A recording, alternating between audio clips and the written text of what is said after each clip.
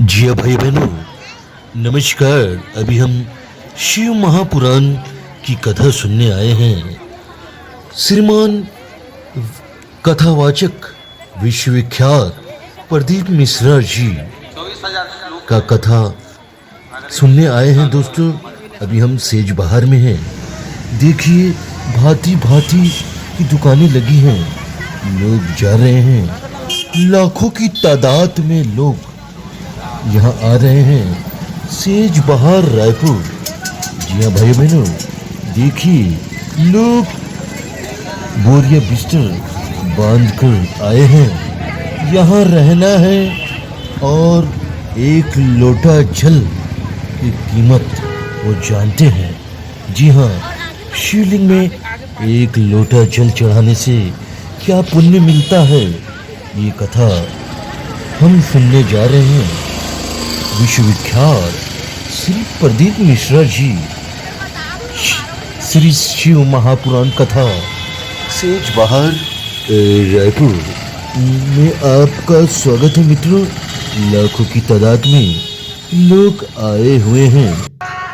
बहुत सी दुकानें लगी हुई है, बहुत सी सामग्री, सफेद चंदन, डमरू, शिवलिंग, बहुत सारी दुकानें यहाँ लगी हुई है।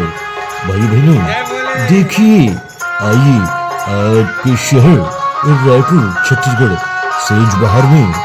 देखिए दोस्तों, ये मुख्य प्रवेश द्वार है।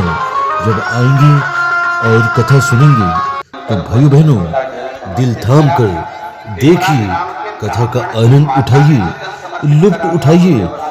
लाखों की तादाद में लोग आए हुए हैं, दूर दूर से, बाहर से भी लोग आए हुए हैं। जबरदस्त माहौल है दोस्तों। आइए कथा सुनिए, भोले बाबा की कथा। प्रदीप मिश्रा जी, श्रीमान प्रदीप मिश्रा जी। श्रीमती केतन देवांगन जी ने जो जल चढ़ाया हो है, सरला जी देवांगन जी ने जो जल चढ़ाया हो, तो एक लोटा जल सरला जी ने जो चढ़ाया, उस जल का प्रताप है कि जो ये शिव महापुराण की कथा देवांगन परिवार में होगा।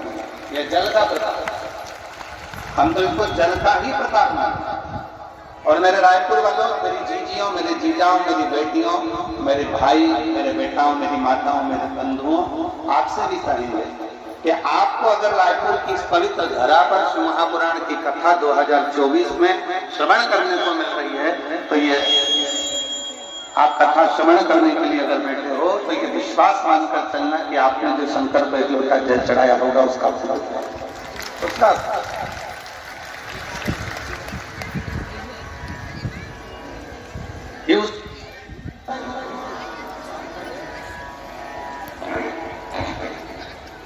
ये उसी का आनंद में इसको। और जितना विश्वास, कहते हैं शंकर की कथा, शिव महापुराण की कथा क्या दे सकती है। तो जैसे शिव महापुराण की कथा के लिए वर्णन किया जाता है कि जैसे माता जानकी की राम जी के पास में सिंहासन पर,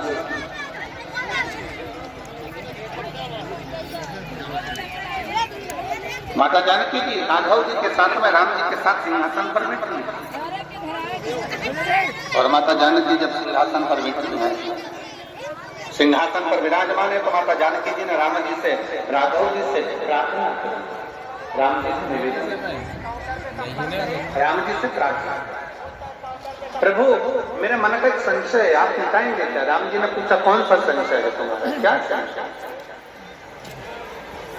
बोलो क्या संशय है सीता, आपका संशय है क्या?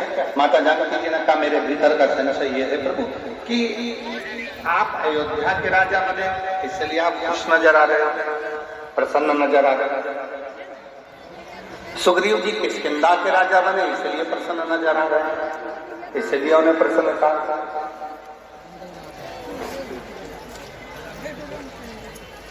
सुग्रीव जी किष्किंधा के राजा बने, इसलिए उन्हें प्रसन्नता, उसमें आनंद। और महाराज जी विभीषण को लंका का राजा मिला, इसलिए विभीषण के प्रसन्नता। पर एक बात समझ में नहीं आती कि हनुमान जी को कहाँ का राज्य मिल गया जो हनुमान इतने नाच रहे हैं, हनुमान जी को कहाँ का राज्य प्राप्त हो गया जो हनुमान इतने प्रसन्न हो रहे हैं, इतने खुश हो रहे हैं? आखिर ऐसा हुआ क्या? जब भगवान राम जी ने कहा सीता तुम कहती तो सत्य हो, जानकी जी तुम बोल तो सत्य रही हो कि मुझे अवध का राज्य मिला इसलिए मैं प्रसन्न हूँ, सुग्रीव किष्किंधा के राजा बन गए इसलिए प्रसन्न है, विभीषण लंका के राजा बन गए इसलिए प्रसन्न है, केवट निषादों का राजा बन गया इसलिए प्रसन्न है, पर हनुमान क्यों प्रसन्न है ये समझ में नहीं आता।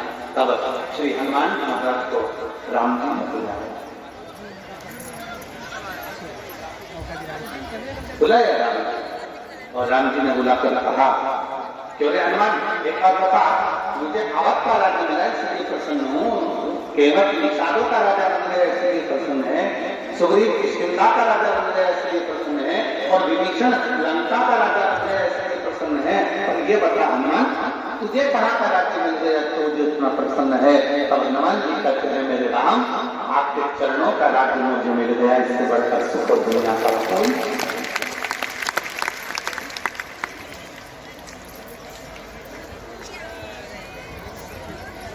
केवल आपके चरणों का जो राज्य मिला है, आपके चरणों का जो सुख मिला है, इसके आगे सारे सुख। और यही शिव महापुराण की कथा में नंदीश्वर भगवान शंकर से कहते हैं। इसी शिव महापुराण की कथा के अंतर्गत नंदी भगवान शंकर से विनय करते हैं, नंदी भगवान शंकर से कहते हैं कि हे प्रभु, जिस भक्त के हृदय में, जिस भक्त के दिल में, जिस भक्त की चित्तवृत्ति में आपके दर्शन का भाव प्रकट हो जाए, आपके चरणों की सेवा प्राप्त हो जाए, आपके मंदिर में एक लोटा जल समर्पित होने लगे, आपके चरणों की स्तुति होने लगे, तो भगवान नंदीश्वर कहते हैं समझ लेना प्रभु कि उसके जीवन में कहीं ना कहीं का राज्य स्थापित हो गया, इसलिए बात उसको कहीं ना कहीं का राज्य स्थापित हो गया, इसलिए वो भक्ति हो गया। और मैंने तेरे ही भरोसे बाबा, तेरे ही भरोसे हवा विच उड़ती रवानी, बाबा तोर रख तो छड़ी ना मैं करती जवानी, बोले मैं शंभो हवा बिच उड़ती जवानी, बाबा तोर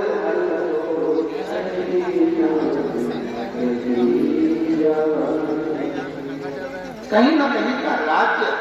जब हम शंकर के मंदिर में जाना प्रारंभ कर दें, शिव जी को एक लोटा जल चढ़ाना प्रारंभ कर दें, शंकर की स्तुति करना प्रारंभ कर दें, शंकर की कथा तक हम पहुंचना प्रारंभ कर दें, जिस दिन हम भगवान शिव की शरणागति में पहुंचना प्रारंभ कर दें, अपने नजदीक में, अपने घर के पास में जब एक लोटा जल चढ़ाना प्रारंभ कर दें, समझ लेना कि शंकर भगवान ने आपका और हमारा हाथ पकड़ लिया, कहीं ना कहीं का राज्य हमें बाबा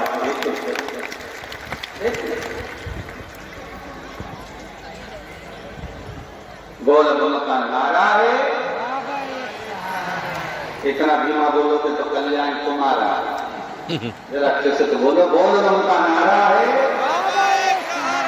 सारी समस्या का हल एक लोटा शिव को समर्पित।